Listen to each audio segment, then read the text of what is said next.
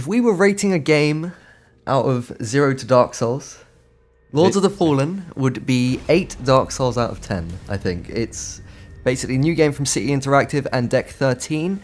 They're the guys behind the Sniper Ghost Warrior series. And this is basically taking that sort of hardcore Dark Souls feel and making it just a little bit more accessible. Yeah, the other influence I'm seeing here a lot from Lords of the Fallen is Darksiders, Totally. which had that great kind of Zelda-like gameplay and a great art style and a lot of colour. And I think that's what I'm sort of seeing is that merge of the gameplay and also that little flash of colour that Dark Souls obviously doesn't have.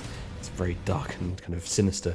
This one has a little bit of both, really. Yeah, I think we basically just had a big hands-off demo fighting this monster that you see here in the trailer. And the thing that really struck me as exciting and sort of a bit fresh about this game was it sort of takes that difficulty of Dark Souls. You know, a lot of the battles are one-on-one. A lot of the time it is about learning the sort of enemy moves and skill sets and sort of approaching that in a, careful, persistent manner.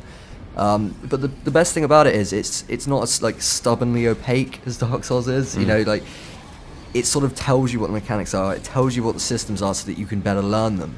And for me personally, like that's why I'm so excited about this, because it's, it's a very beautiful looking, really accessible and super fun version of that core gameplay that is actually quite, inaccessible for people that aren't up for it. So how are we going to be playing this? Xbox One, Xbox 360, what's happening? Xbox One, it's coming out later this year.